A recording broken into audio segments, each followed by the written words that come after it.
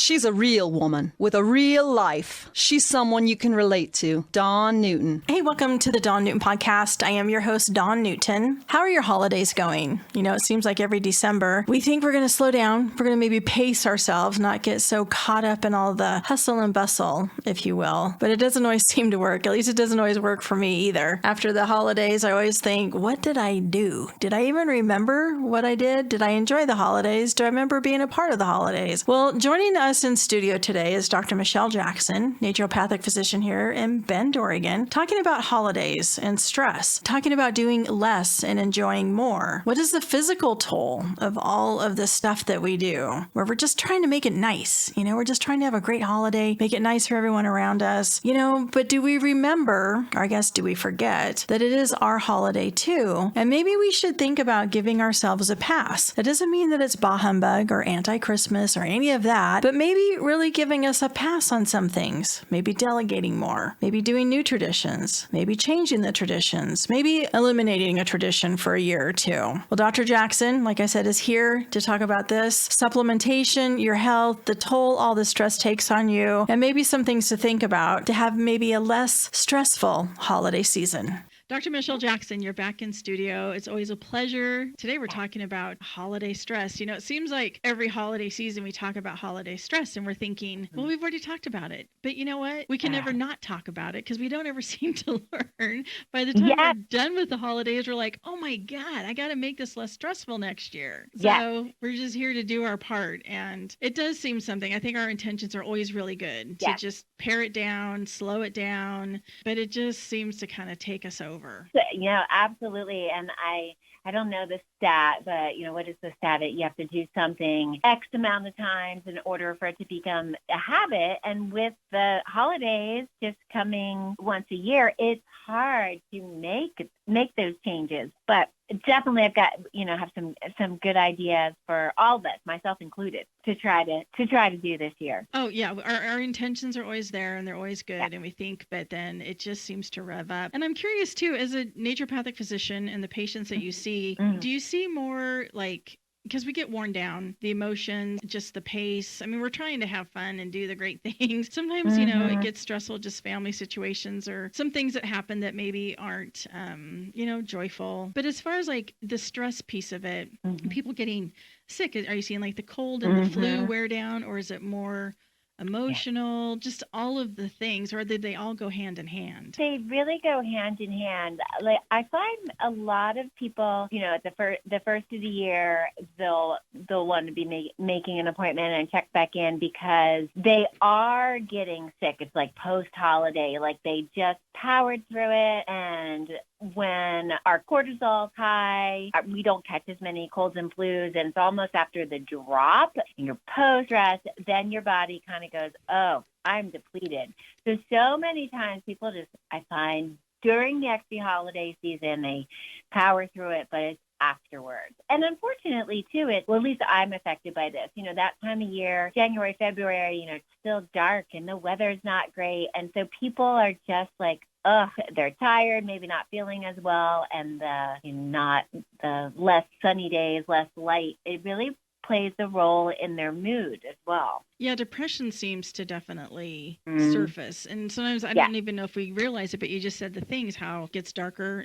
We get up and go to work and it's dark. We come home and it's dark. And, you know, especially here in Central Oregon, we love our sun and we love our summers and we want to be outside. So it's, I think we still do, but it's different. Exactly. And I do think, that less sunlight is a big deal. And not that this has, I just thought of this, that it has to do with stress. I would encourage everybody to maybe have their PCPs or, you know, ask their naturopathic physician or somebody to run their vitamin D levels. They are low in a lot of people. And people are always, many of my patients are always shocked because they're like, well, I'm outside and I'm in the sun. But really the skin conversion of the sun on the skin and therefore making active vitamin D is not super efficient. Vitamin D really does have a mood uplifting component. It helps with sleep. So that would be something people could even do, you know, this early December, ask to get their vitamin D levels checked. And if they're suboptimal, pop on some vitamin D, and that can help with the winter blues, so to speak. Well, and sleep. I mean, I think Yeah. that's one thing that I'll sleep when I'm dead. Or Yeah. you only live Yeah. once, and it's like, yeah, no, we don't want to do that. We want. Yeah. I long for those naps. It's like, oh, I'm taking a nap today. Mhm. That's on my to-do list. I love it. But I love it. get it. But it just, as far as things that would really help, things that we can do just in general. Of course, there's delegate, maybe free up that calendar. You don't have to do everything. And we talk about too, which we'll talk about in January, is like probably the resolutions and how to do that. But why not set that resolution now? Yeah, exactly. That's actually a good way to think of it. Maybe we should think about like December resolutions. So like, this is what I'm going to, do to get through the holiday season. That's actually a really good idea. And one of a simple thing that people could try to keep in mind is trying to keep some semblance of the regular schedule. Like you just said, sleep. And it's so important. And of course, as the holidays roll around, everybody feels like, oh, if I stay up later, I can get more things done, or the holiday parties are staying up later. But if you can keep some semblance of your normal routines most days. I mean, there's some days it's going to be off, but with exercise, sleeping, walking, whatever you need to kind of do to keep your sanity is so important during this holiday season. And people know it. I think we just get hijacked with all the things that we have to do. But if you can keep your exercise routine, sleep routine, it's valuable. Well, and that nutrition piece too, because this is when we have like our cookie exchanges, our potluck, the adult libations type of things, where there's just the food, we kind of look at, the holidays, maybe it starts at Halloween, kind of giving ourselves a license to eat. Yeah. And then here comes the resolution. And it's like, well, if we try to, not to say not to indulge and not to do those things, but maybe just be more aware, because eating kind of that not so great food, the flours, the sugars, all those things, that will impact our stress level and the health of our body that I don't think we realize. I mean, of course it tastes good, but absolutely. Well, and especially, the sugar and alcohol, I hear this more and more with patients as they get older. They consistently will be like, I can't tolerate alcohol as well. I just don't sleep as well. And like, as you said, not that you shouldn't indulge during the holidays, but kind of keeping it in perspective. Like one example I'll use is like, okay, you're eating your sixth cookie in a row, and it's like, why am I eating this? Like, am I really even tasting this? So being aware, keeping in mind, okay, how do I actually want to feel on January 1st? Do I want to feel like, whole thing's got to reset, I feel terrible? Or maybe if I rein things back a little bit, January 1st will roll around and it won't be so difficult to do all the New Year's resolutions. Well, then we start wondering, well, why is it that we're so gung-ho? And I think it's our bodies are like, we're done with the crap food. Yeah. Can we get back to, our bodies aren't shy about letting us know. Exactly. You just don't feel good. Like sugar, alcohol, all of those, fats, they definitely taste good in the moment. I mean, you get some emotional eating satisfaction, but over time, it doesn't feel good at all. One thing that when I was doing some research for this talk, I ran into some good information about like emotional eating habits, and the way it was phrased, I was like, ooh, this is good stuff. I haven't thought about it this way. There's emotional eating, and then there's like physical signs of hunger. So there's like emotional hunger and physical hunger. And I thought this was really valuable. Like emotional hunger is when like a craving comes on fat. I can relate to this, and I think other people can too. Like all of a sudden you're like, oh, I got to have that cookie, or I've got to have those chips. It's like a rainstorm, I think, when I was listening to podcasts. They were like, comes on really suddenly and strong. But think about that. If you're actually hungry, it's much like physically hungry, you need food. it is much of a slower, gradual feeling. Like you might feel like if your lunch is coming up and maybe it's like 11 o'clock, you're like, oh yeah, I'm starting to feel a little bit hungry, but you can continue to work for a while or whatever you're doing. And then by the time noon rolls around, your stomach's growling. That's actually, and also at that point, you've got the mental capacity when it's actual physical hungry, like that you actually need to eat, of eating a variety of food. You're kind of like, oh, I could eat leftovers or I could make a sandwich. But versus that emotional hunger, a lot of times it's for one food. And it's usually fats and sugars because you're kind of feeding that immediate gratification. So I thought that was really helpful. Like if people can stop and think about, like, am I really hungry? Did this come on really fast? And if it did, it's probably more an emotional craving. Well, and it's interesting too, because of, speaking of like, the alcohol and sugar, and, there's also the not so great part of the holidays is when maybe you've lost a loved one and maybe that's the first holidays without them, or there's some family things going on where we want to numb ourselves. We just don't want to feel. So there's that piece of it too, which even more reason to really try to pay attention to your health and nutrition and the sleep and reaching out, because I'm sure. So, and we're just trying to sometimes just get through and make it a great time, but then also it's not always a great time. So there's all of that that happens. Some things there, maybe talking to someone. And like you said, getting to your naturopath, your PCP, kind of seeing where you are. Let's check under the hood a little bit and see where we're at. Absolutely. I mean, there's no way around it. The holidays are an emotional time.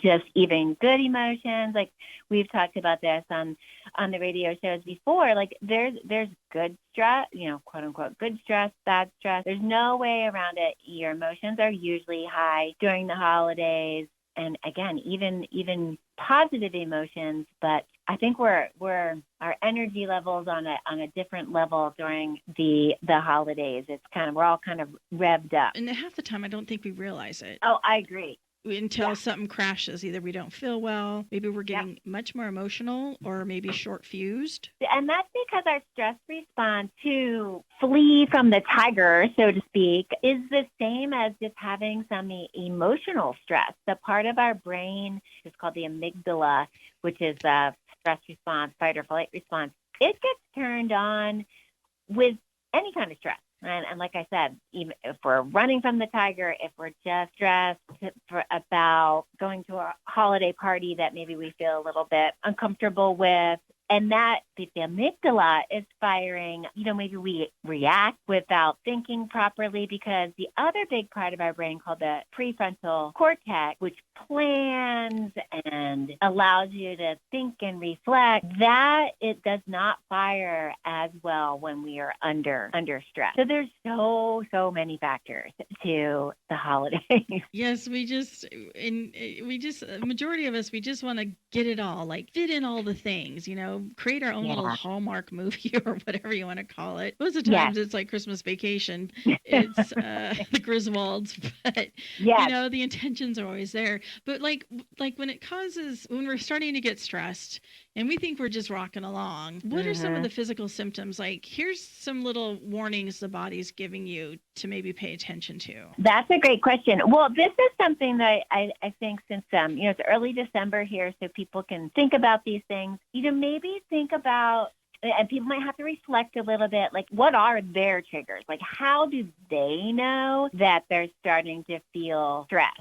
I mean, some people might feel like they start planning a lot of things. Like, some people can maybe get a little bit more anxiety versus other people are withdrawing. So I think thinking about how stress shows up on an individual basis in your body is something that could be helpful for people to think about before they're in the middle of the stress response. Yeah, I did want to give a shout out when you were like, oh, maybe talking to somebody during the holidays if you lost a loved one or they're difficult for you. Obviously, your PCP, your naturopath, your counselor.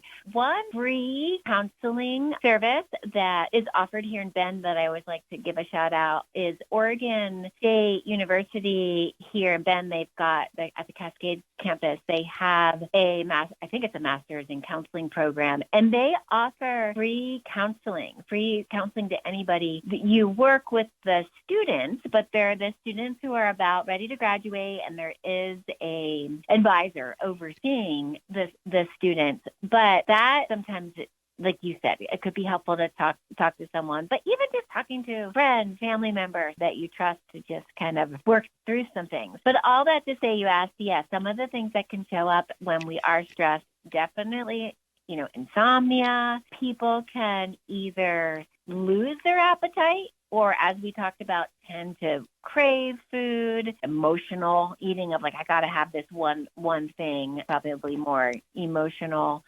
Some people can get headaches, stomach aches. There's all kinds of things. And I think people, when they really try to think about it and tap into their body, or it might be this year, you have to think about, I'm in the middle of a stressful event. How do I feel? And this might be the year to realize what your response is to stress.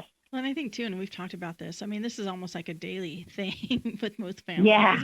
I mean, for myself, I just having that family meeting or, why are we trying to do all the things? Do we need to do all the things?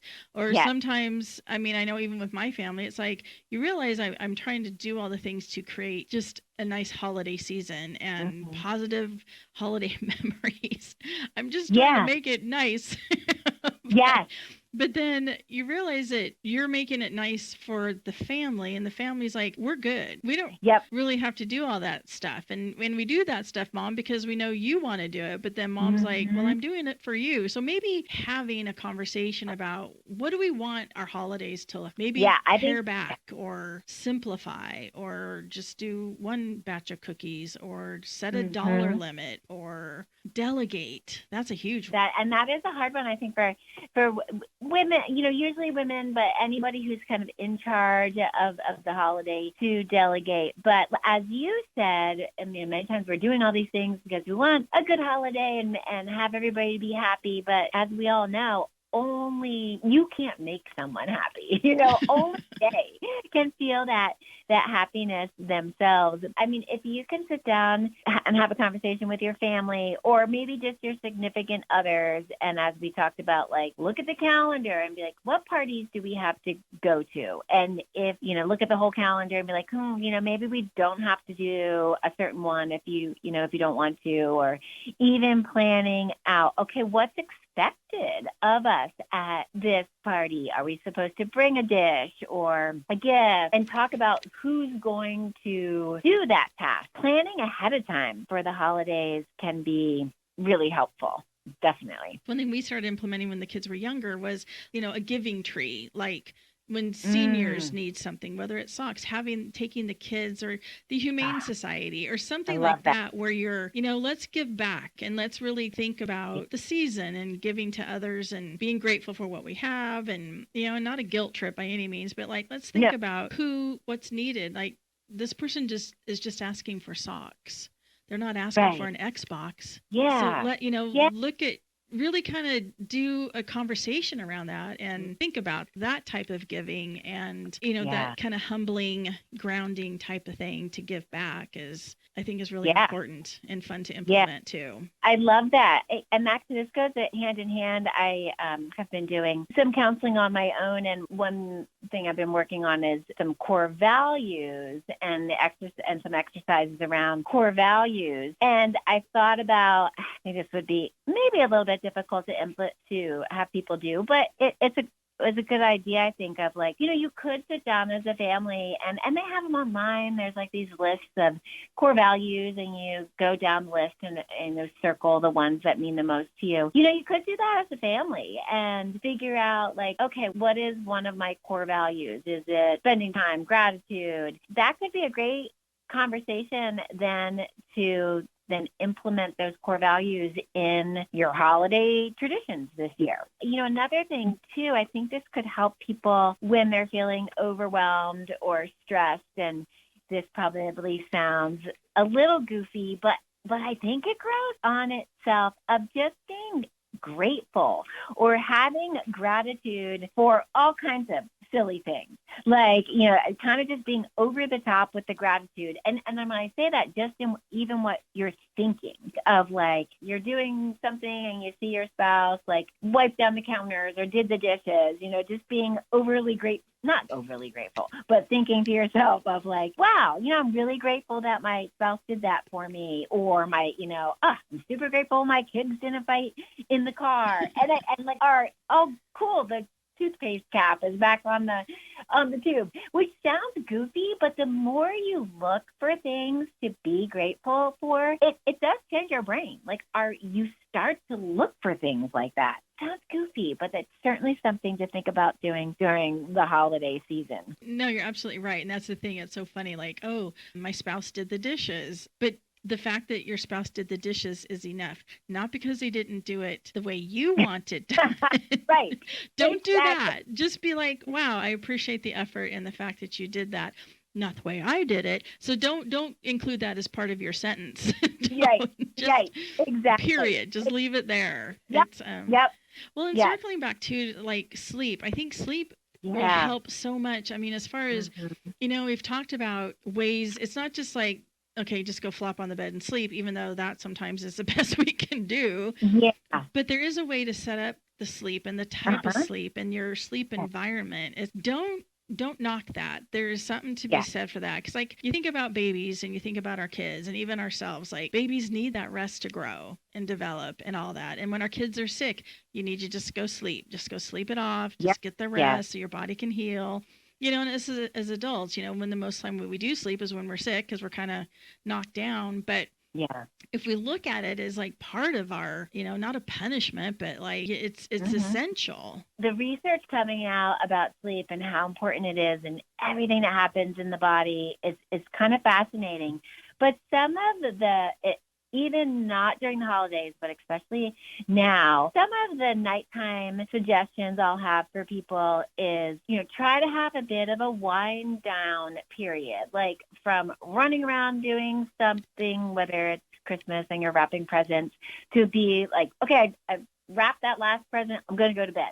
Well, that's probably not going to be easy for your nervous system to just turn off. So having a bit of a wind down routine of, getting off your phone or your screens for a half an hour, dimming the lights, or like, going into your bedroom and having the lights being dim, and maybe even like listening to music or reading or listening to an audiobook. I've really been fascinated by sleep in this last year, and the research about trying to get up and go to bed around the same time every day and keeping that circadian rhythm is essential for a good sleep, which I never realized. And I also tell people too, it sounds like the research on getting up at the same time every day is a little bit more not important, but keeps your rhythm a little bit better than going to bed at the same time. So a good example is, say you are at a holiday party and you get to bed late, as long as it's not extremely a lot later, still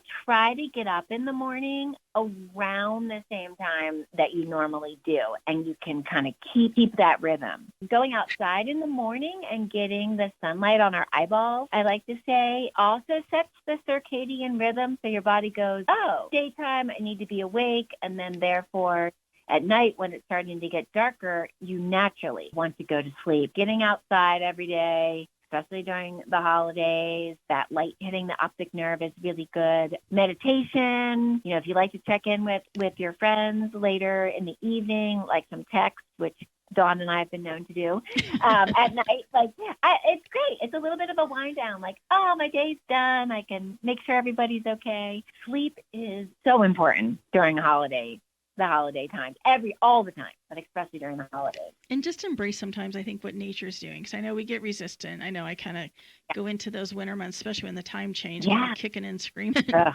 Yes. Do what nature's doing. Nature's just powering down. And just kind of try to just go with that. And I mean, if anything, if you're like, there's no way I cannot not cook this cookie and do this and put up these lights and Yeah, you can. Why don't you try it? Prove us wrong. Take on the Right. challenge and say, I'm going to do one less thing.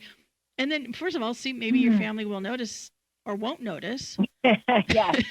And then Yeah. just kind of be curious about that. And especially our body, like, God, we're going so hard the other Mhm. 11 months of the year, and Yeah. December rolls around. So, yeah, just being Right. self-aware. Supplements. What are some things that Mhm. vitamin D definitely is something I think should be just part of our Mhm. daily. But what is helpful during this time of year, especially to ward off cold and Yeah. flu type of thing, but also just maintaining? Cold and flu during this time of year, I mean, it is super prevalent, and especially if you are at parties, etc. I mean, you're meeting a lot of different people, so there's a lot of germs around. One real simple thing that I'll suggest people do, or travel too, like airline travel.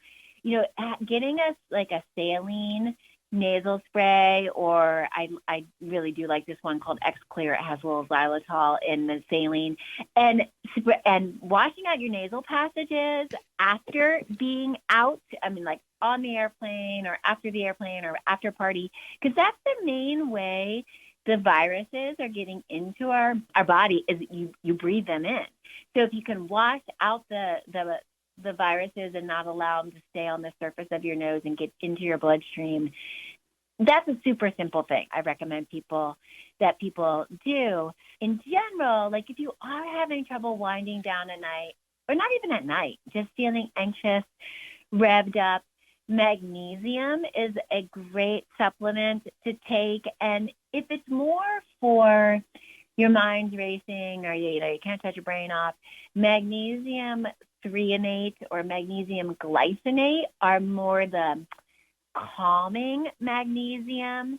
We've got magnesium citrate, malate, which are a little bit more used for like sore muscles and muscle cramps, which also you might need too. But magnesium's a great one to do. And oftentimes just an adrenal support, such as rhodiola, an herb. Ashwagandha is an herb that's really most people can use. I mean, of course, check with your physician first, but they're really good general adrenal. They're called adaptogens, and adaptogens are herbs that help support the adrenal stress in general.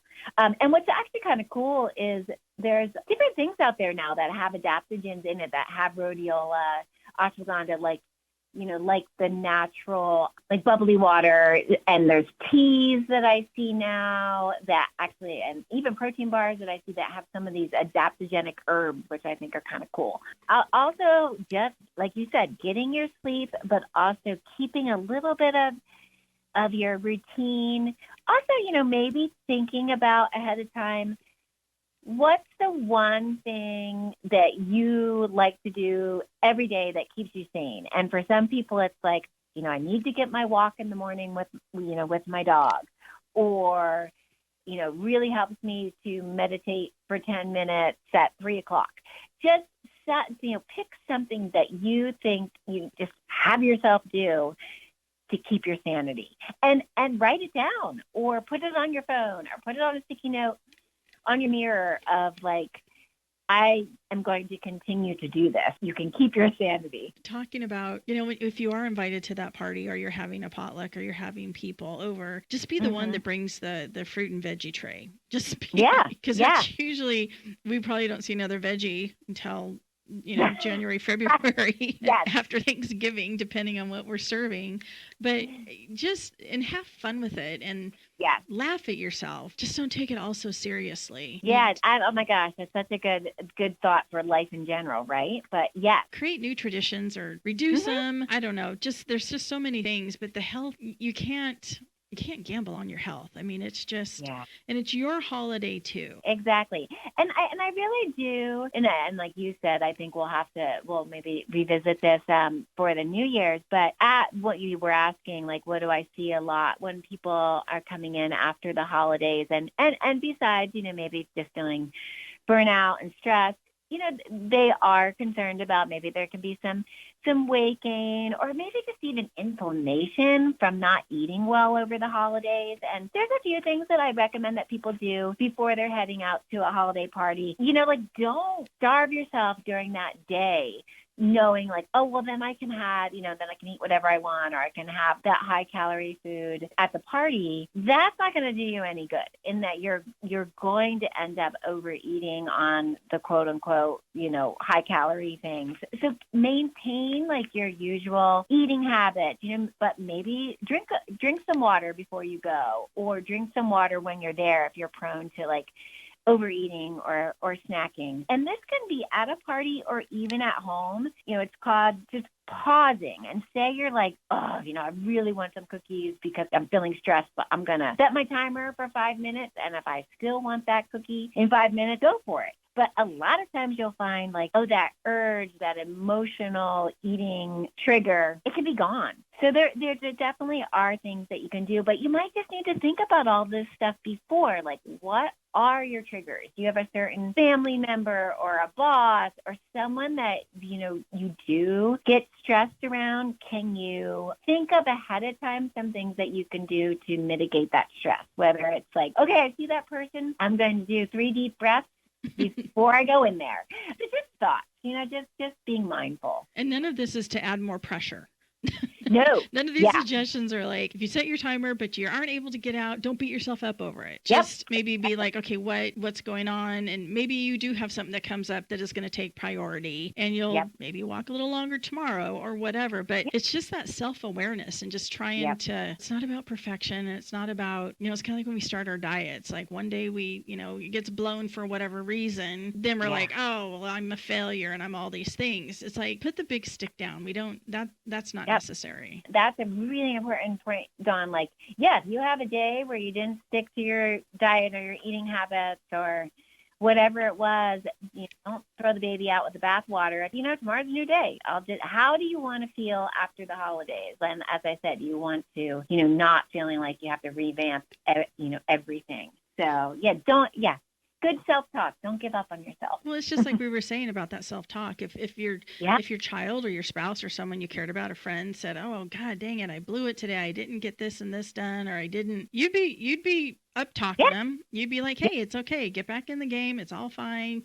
Don't beat yourself up." So it is that self-talk. We just need to be nicer to ourselves. Be kind to ourselves. Yep. And like you said, like this is not, this conversation wasn't a to-do list and you have to do all these things. Because I remember last year we talked about this too, and then I came back on. I'm like, yep, I failed that. I any of those things that I wanted to do. Well, but this year is different. But also, I'm like, I kind of laugh about it. And in some ways, if you come back from listening to this and just one time during the holiday season, you go, oh, I shouldn't have said that to myself. Or, you know what? I'm going to go out for a 5-minute walk. If you do that one time, that's a win. And celebrate it. Yeah. Celebrate it. Yeah. Maybe with that cookie or with that carrot or whatever it happens to be. Yeah. Whatever, be like, hey, good job. And we'll try another one tomorrow or the next day or whatever. Right. But it's just that self-awareness and self-care, and that's kind of what holidays are really supposed to be about. It's not really about all this stuff, and social media doesn't help any of that, but that's another discussion, and all of the things. But where would you like us to go, Dr. Jackson, if someone wants to reach out to you, get more information, listen to our other podcasts, because I know those are on your website as well. drjacksonnd.com, and you can email us or call the office, but the website would be the way to go. Awesome. Well, it's always a pleasure, and we're going to survive these holidays, and we're going to regroup and laugh about, well, that didn't go so well, but have a good time with it. Yeah. And then celebrate the little things too, because that's really important. Exactly. And I'm looking forward to talking in the new year with you as well. Awesome. Well, again, Dr. Jackson, thank you. You're welcome. Thank you, Dawn. Hey, thanks for listening to the Dawn Newton podcast, and a special thank you to my guest, Dr. Michelle Jackson, naturopathic physician here in Bend, Oregon, talking about holiday stress, the toll it takes on you. Maybe backing off a little bit might do your health some good. And here's pretty much the takeaway. Giving yourself a pass, whether it's full or partial, doesn't make you a Scrooge or bah humbug. It doesn't need an explanation. If you're wanting to cut back, slow down, give yourself that pass. The season can still be merry and bright without all the things. Sometimes choosing peace and your health is the celebration. If you need the pass this year, take it. The Dawn Newton podcast is written, produced, and hosted by Dawn Newton.